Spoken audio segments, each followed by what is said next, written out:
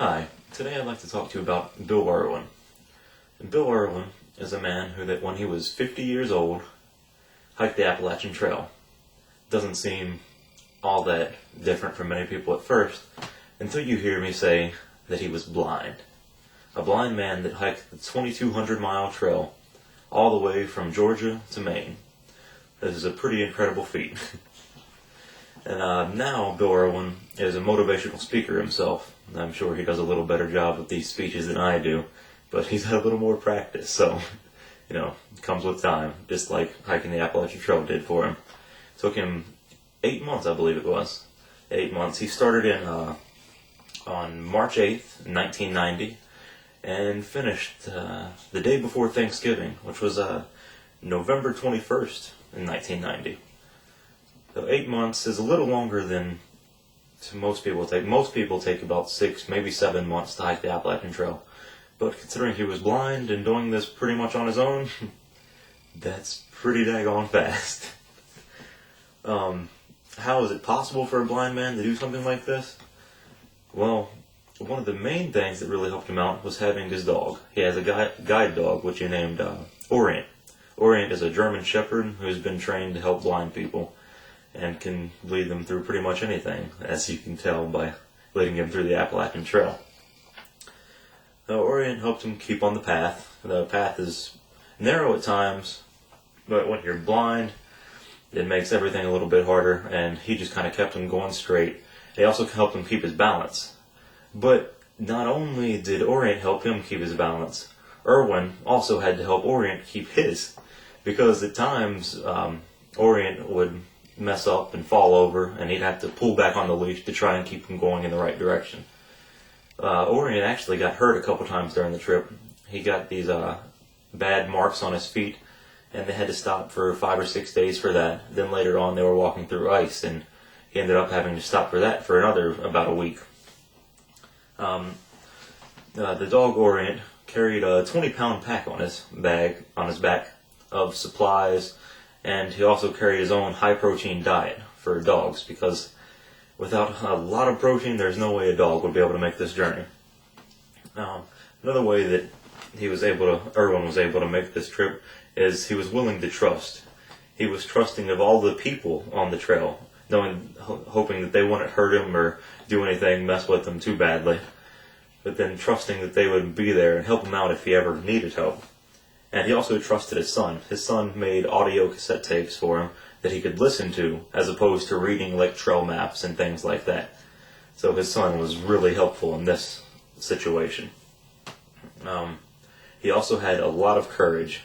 I don't know many people that are blind, but I can't think of any blind people that would want to hike something 2,200 miles long in some pretty treacherous territory. He never considered stopping and taking the easy way out. Bill Irwin always continues doing whatever he's doing, and he never stops until he's finished with it. This is the determination that he has. He tries hard, always gives his best, and you hear this in a lot of his motivational speeches. Always try your hardest, never quit, never give up. Like that speech you've heard many times. Never, never, never give up. Pretty corny, but Bill Irwin does a great job of using this as in some of his speeches. During this trip, he wore out and broke quite a few things with him, because he doesn't have the advantage of sight like most of us do. He wore out 7 pairs of boots during this journey. 8 months he wore out 7 pairs of boots. That's pretty incredible. But the reason he wore out so many is because he was hiking without the advantage that we have of being able to place our feet wherever we want them by looking down. He was looking forward, didn't really matter where he was looking. He couldn't see, and he couldn't place his feet right. So a lot of times he ended up scraping them a little more than he would have had to, and walking on some pretty jagged rocks that would cut right through the soles a couple times. He also broke some of his ski poles. I think he broke 6 ski poles. He used the ski poles to help him keep balance. He would use them at the same time as holding the leash for Orient, and it would keep him from falling side to side, or if he was falling forward, it could slow him down. He had the backpack on his back, which would, if he fell backwards, would cushion him that way. So he was pretty well protected. I mean, not greatly protected because he did end up breaking a rib up in Pennsylvania when he fell down, and he had to get a friend to come and hike with him for about a week because his friend carried his pack for him for a little while he was recovering from this injury. He also broke 3 of his pack frames for his backpacks. It's the aluminum that holds the whole backpack together and makes sure everything's sturdy. So he had to get all these replaced every time, and that really adds time to the trip, because as you gotta walk all the way off the trail, find a place that can replace your backpack or replace the frame itself. Like I said, he broke a rib, and this is the only broken bone he got. He got quite a few scrapes and cuts because he was falling down a couple times a day anyway, at least 3 or 4. And in Pennsylvania especially, it got a lot worse because Pennsylvania is completely covered with rocks and stuff like that.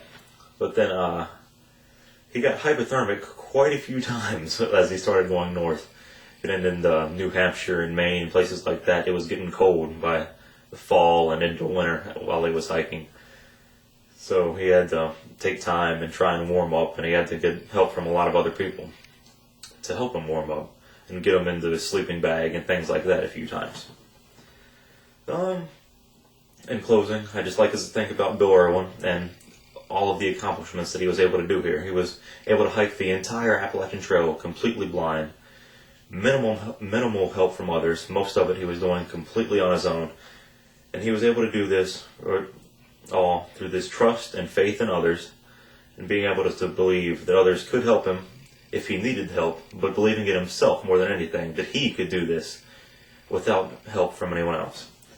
And he showed a great deal of courage. I don't think that there are many people who would do this trail with their sight, much less without. And his grit and determination, he was just so determined, and there was no possible way he was going to turn back at any time during this trail. No matter what happened to him, he was always going to keep moving on. Then, just kind of maybe a little corny, but I like to think of blind faith, and he exhibited this perfectly. He knew that he could do it in himself. He trusted in God, knew that God would deliver him, and he trusted in people to help him through. And I just hope that we can all have this blind faith also.